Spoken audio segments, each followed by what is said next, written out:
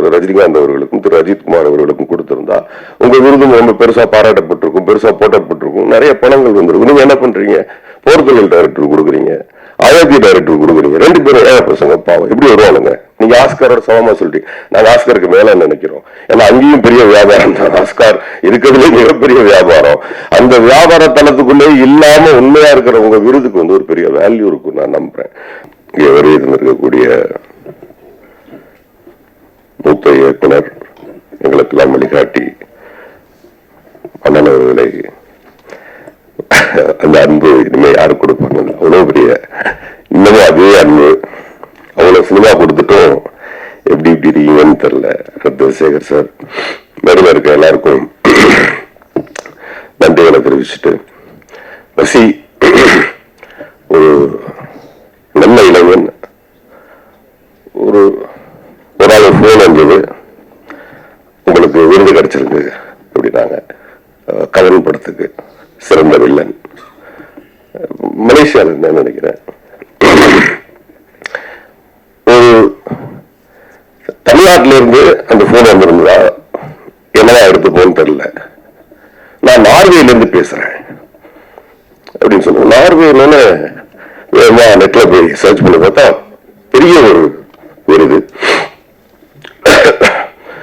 மாதிரி. சாரி, பயங்கரமா ஜலதோஷம் முடிச்சிருக்கு. உடம்புலாம் தடதடல் ஆயிடுச்சு. படம் அடிச்சிட்டு இருந்தேன். அப்போ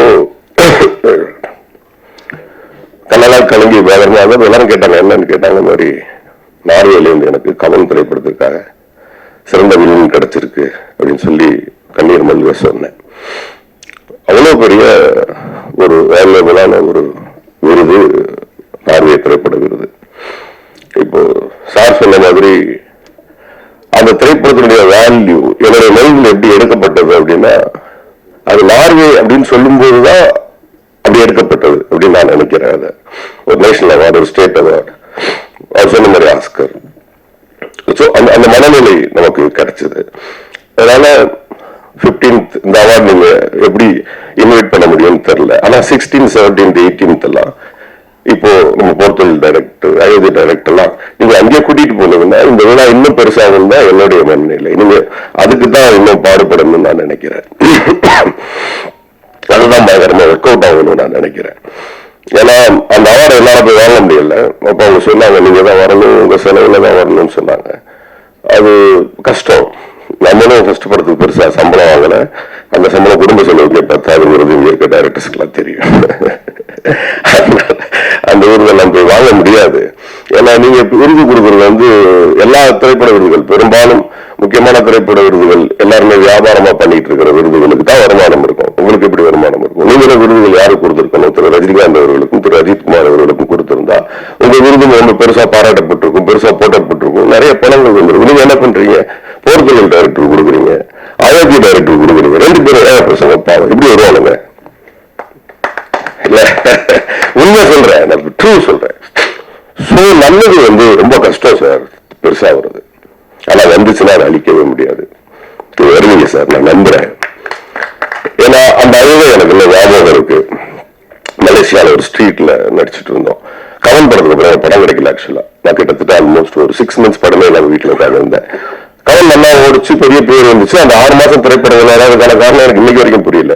அப்போ மலேசியால கூப்பிட்டாங்க, ஒரு சின்ன சம்பளம் நடிச்சு நடு ரோட்ல நிற்கும் போது நீங்க கொடுத்த விருது இருக்கு இல்லையா, அது இவ்வளவு தூரம் இழுத்துட்டு வந்திருக்கு. ரொம்ப பெருமையா இருக்கு, சந்தோஷமா இருக்கு. சோ இந்த விருதுக்கு ஒரு பெரிய வேல்யூ இருக்கு சார். நீங்க எப்படி நினைக்கிறீங்கன்னு தெரியல. நாங்களாம் ரொம்ப பெருசா நினைக்கிறோம். நீங்க ஆஸ்காரோட சமமா சொல்லிட்டீங்க. நாங்க ஆஸ்கருக்கு மேல நினைக்கிறோம். ஏன்னா அங்கேயும் பெரிய வியாபாரம் தான். ஆஸ்கார் இருக்கிறதுலே மிகப்பெரிய வியாபாரம். அந்த வியாபார தளத்துக்குள்ளே இல்லாம உண்மையா இருக்கிற உங்க விருதுக்கு ஒரு பெரிய வேல்யூ இருக்கும் நான் நம்புறேன். 2வது, இந்த மேடை பர்டிகுலரா பிரசாத் ஸ்டுடியோ இந்த மேடை சார் கிட்டத்தட்ட இதுக்கு ஒரு பெரிய வரலாறு இருக்கு. இந்த மேடையை சுத்தி நான் நாத்திகம் பேசல, இங்க ஒரு பெரிய ஆன்மா இருக்கு சார். அது சினிமா ஆன்மா. அந்த ஆன்மா கிட்ட அழுக தோத்ததே கிடையாது சார். நீங்க அழுவது என்னன்னு கேட்டீங்கன்னா, நான் நல்லது செய்யறேன், எனக்கு ஏன் எதுவுமே கிடைக்கல, நீங்க அழுவீங்க இல்லை, அது எனக்கு கிடைக்கும் சார். நான் நம்புறேன். ரொம்ப சீக்கிரமே நார்வே பிலிம் ஃபெஸ்டிவல்ங்கிறது ஒரு பெரிய உலகமே மதிக்கக்கூடிய, ஏன் உங்களுக்கே சில சூப்பர் ஸ்டார் கூப்பிட்டு ஏன் எனக்கு ஒரு விருது தரக்கூடாது என்கிற காலம் ஒரு நாள் மிக விரைவில் வர்றதுக்கு என்னுடைய வாழ்த்துக்களை தெரிவித்துக் கொள்கிறேன். நன்றி. போஸ் வெங்கட் சார் அவர்களே, இன்னும் கொஞ்ச நேரம் பேசிருந்தீங்கன்னா நானே அழுவிருப்பேன் உங்க பேச்சை கேட்டு. ஏன்னு கேட்டீங்கன்னா, அவருடைய ஒவ்வொரு வழியும் நான் அருகில் இருந்து நான் பார்த்தவன். எத்தனையோ ஃபிலிம் ஃபெஸ்டிவலுக்கு அவர்கிட்ட நான் போயிருக்கிறேன்.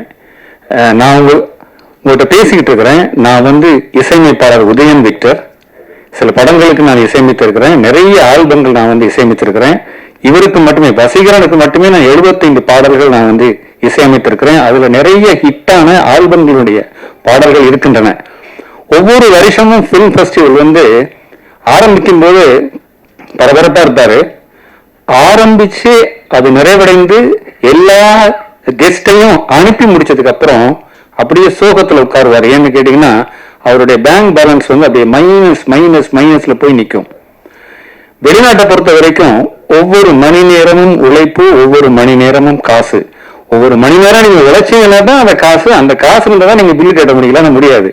அப்படிப்பட்ட ஒரு நேரத்துல எந்த விதமான ஒரு ஸ்பான்சர்ஸ் இல்லாம, ஒரு சப்போர்ட் இல்லாம, சில நண்பர்களுடைய உதவியை மட்டும் வச்சுக்கிட்டு ஒரு மனிதர் இந்த தமிழர் விருதை கட்டி எழுப்பி இதை உலகம் இன்று பார்க்கிற அளவுக்கு கொண்டு 15வது ஆண்டை அவர் தொடுகிறார் என்பது மகிழ்ச்சிக்குரிய விஷயம். எல்லாரும் ஒரு முறை அவருக்கு கை தட்டி உற்சாகப்படுத்துங்க.